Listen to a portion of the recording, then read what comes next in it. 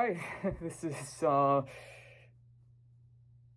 another one of my favorite episodes. Actually, I really found this one interesting because so this is Amphibia. This is episode 15B. Wally and Anne. Based on that title alone, you kind of you know this episode's gonna be interesting because to start, remember Wally was the first one to encounter Anne in the series, like when she was in Amphibia. So it's interesting now these two are kind of working together in some sorts, and for the most part, the start, the way they get to they're working together is like, okay, yeah, it's typical, but then of course by the end they develop a relationship, and in my opinion it's a solid relationship, and it's a good lesson. And to top it all off, it's a really good lesson, and I'm really like this, and I think it's just something that I'm glad we got an episode like this.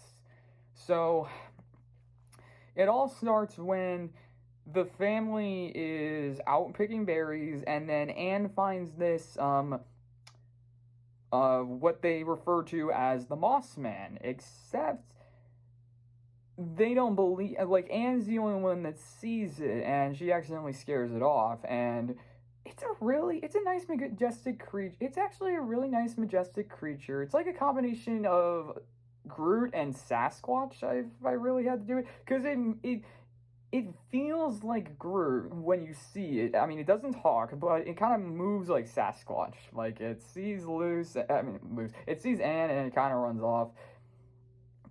And what's funny is no one believes Anne. Like, the family doesn't believe Anne, and Anne's like, you literally have giant monsters, magic, like all this stuff, and you're telling me that you don't believe the fact that there is a Mossman? And they're like, yeah. It's so already it's funny that they don't believe her. Although it is kind of questioning why they don't believe her. But that I'm like, are you guys serious about that? Like, I get it I get it that you have your like legends, but still, um.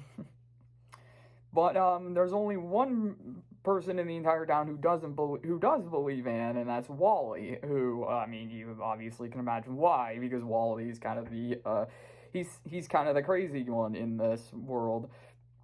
And they've referenced it many times throughout the series that Wally is that one guy who just, he's like the town wacko. And so and even the family starts bullying kind of Anne in a way, like saying that she'll basically become the next Wally, and just like, and then they even give her a nickname like one shoe Anne, which is so stupid.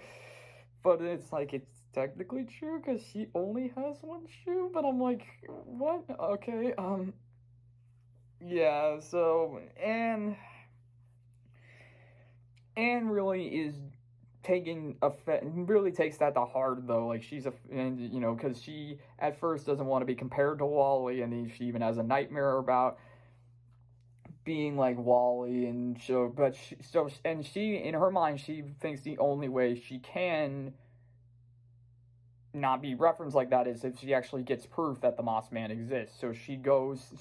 But since Wall is the only one in town who believes her and says that he even said that he's seen the Mossman before, so Anne realizes the only way to find the Mossman is to go to Wally, and so she sneaks out in the middle of the night and finds Wally, and the two, and it says she says, help me find the Mossman so I could get a picture and prove to everyone that I'm not crazy. And she kind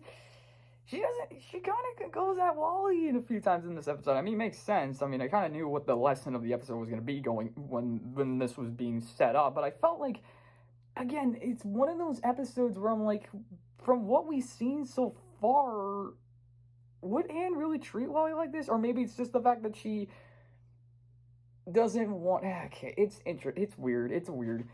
So So they spend Wally and Anne go on this long journey. Yeah, and if you're wondering how long, it's more than 8 hours. I know that because they start with the eight. Because like and like Wally's like this way, and Anne's like it's not gonna be long, and Wally's like oh, of course not, and then he's cut the 8 hours later. And it seems like it is a long trip, but Wally seems to know where he's going. And there's even a moment where Anne, like they're on the mountaintop, and Anne falls off the cliff by accident, but Wally saves her, and he even saves her phone as Anne's like, "You saved my phone and my life." I guess that's more. I guess that's important too. Of course you would imagine what happens. The two start forming a bond. They even have this like they even do this little make this little weird handshake thing, and the two pretty much have a moment. The two pretty much bond. Like Wally talks about like how he's like, yeah, I know I'm not exactly like everyone, but I don't care. He's basically like, I don't really he basically gives Anne some advice, like saying like don't let other people tell you who you should be. You should be your own person. Exactly. It's like not everyone is gonna be the same. We all have our different things. We all don't really act the same. We all really don't have the same ways of we all have our different things. And so I mean, obviously there's some things that are bad and we're like, okay, you can't do that, but it's like most of the time it's like if you're not harming anyone, if it's just you being you, then you should be happy about that. And so Anne likes that, and this is kind of reflecting the Owl House a bit, because that whole show kind of in a way is like just you be you, don't let anyone tell you who you should be. And but it's weird. This episode is weird because if you look at it from if you lay out the entire plot of this episode, it feels like it feels cliche, because it's like you start like with this thing and that no one believes you except this one crazy dude, and then everyone starts referring to you as that crazy dude, and then you gotta go, and then so the only way for you to convince the town is to get a picture of blank. You have to team up with the crazy dude. You find out that crazy dude I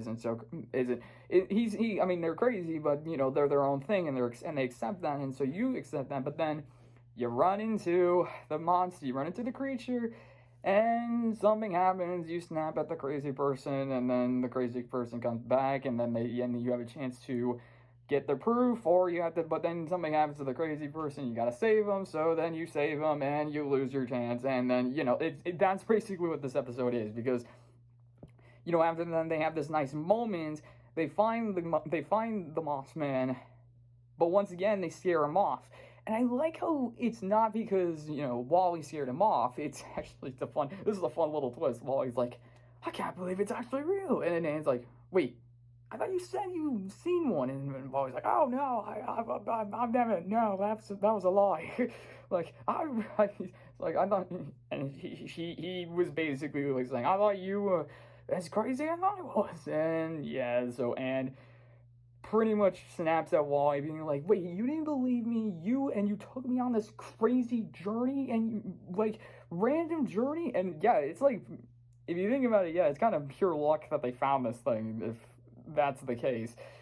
But Wally, I mean, obviously, but I like how it's not too, not too much of a focus when, after Anne snapped at Wally, she immediately regrets it, and like she apologizes, and the two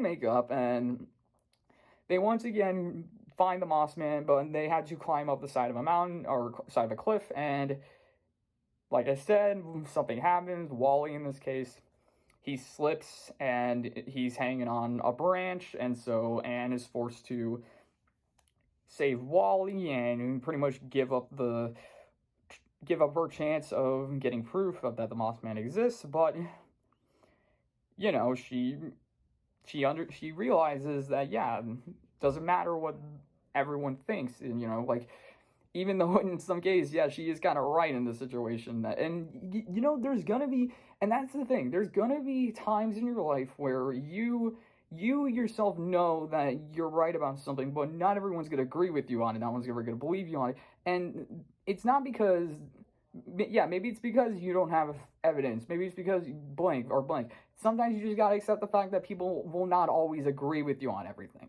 That's the other thing. Like, we all have different opinions. We all have different ideas. Some people see, you know, it's like, you know, with movies and TV shows. Like, some people say, "Oh, this movie's the greatest," and like, "No, that movie's terrible." And it's like, you know, that all that stuff.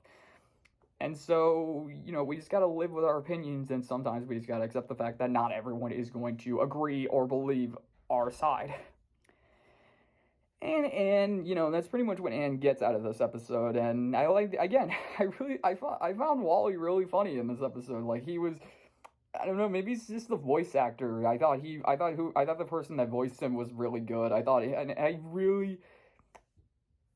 was really this episode when I realized, when, like, comparing this to the Owl House, this series has more sub character, like more of the sub characters, like secondary characters. I mean, like, they have more. This show has more secondary characters that we've grown to know very well. Like, the Owl House has a lot of good secondary characters, but in terms of like the world, like this, like, when you think of the Owl House, you think of people that Luce is close friends with. Like, we've had a few secondary characters that Anne isn't really close with. I mean, close. Luce is close with. I'm already freaking the two.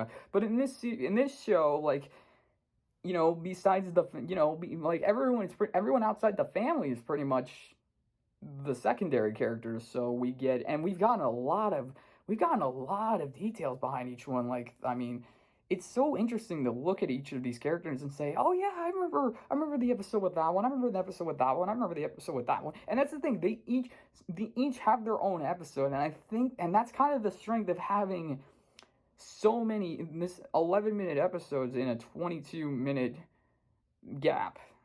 So, because then you have more time. I mean, this is episode 30, if we're counting. This is episode 30 of the series.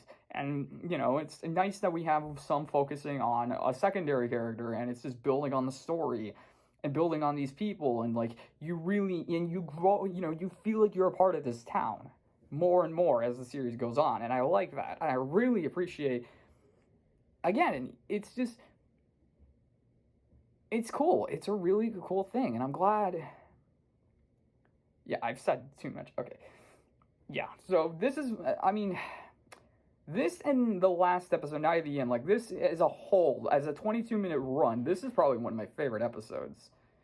Because, like I said with the last one, I just love the Walking Dead kind of callback, and just the idea of a in trap. And then this one, like I said, it's cliche and you kind of know where it's going, but I really like this, and the dynamic between Anne and Wally. They were very, you know, and obviously Anne being the serious, determined one, while Wally is kind of the goofy, crazy one. But he's a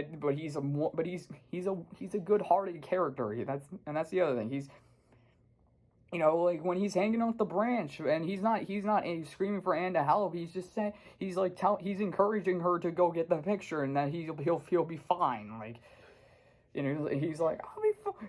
I mean, did he make a joke about how far the drop was? Like, oh, no. But yeah, I definitely really enjoyed this episode, and I hope.